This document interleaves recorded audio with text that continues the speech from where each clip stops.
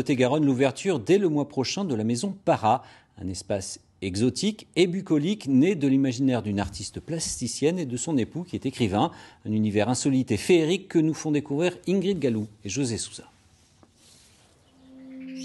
Pénétrer dans cette maison bourgeoise du centre marmandais, c'est vivre une expérience immersive, unique.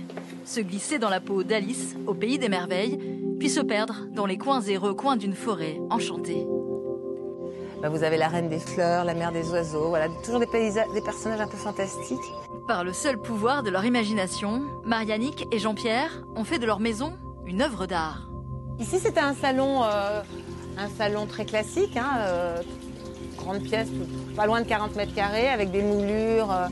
Ici, c'était la cheminée, par exemple. D'ailleurs, c'est assez drôle d'avoir transformé une cheminée en cascade d'eau. Leur but, provoquer des émotions chez leurs éphémères visiteurs. J'ai voulu réaliser un rêve de plasticienne, mais aussi un rêve peut-être de femme du 21e siècle, en proposant cette déambulation qui nous transporte en fait aussi bien dans l'univers de la poésie, de la rêverie, mais aussi une dimension artistique accessible à tous. Où je crois vraiment que quand on rentre dans la forêt enchantée, on ne se pose plus trop le problème de l'art, de où on est, où on habite, qui on est. Leur demeure, les deux artistes l'ont souhaitée ouverte sur le monde, aux Marmandais et aux visiteurs. Une quête artistique débutée en pleine crise du Covid et qu'ils souhaitent à présent partager.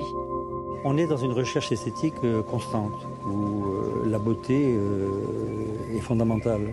On est dans cet objectif ou dynamique, je ne sais pas comment on peut l'exprimer, où on veut se sentir bien, on veut se sentir dans un univers magique. Après 3 années de travaux, la maison Para est fin prête à ouvrir ses portes. Début des visites dès le premier week-end de juin.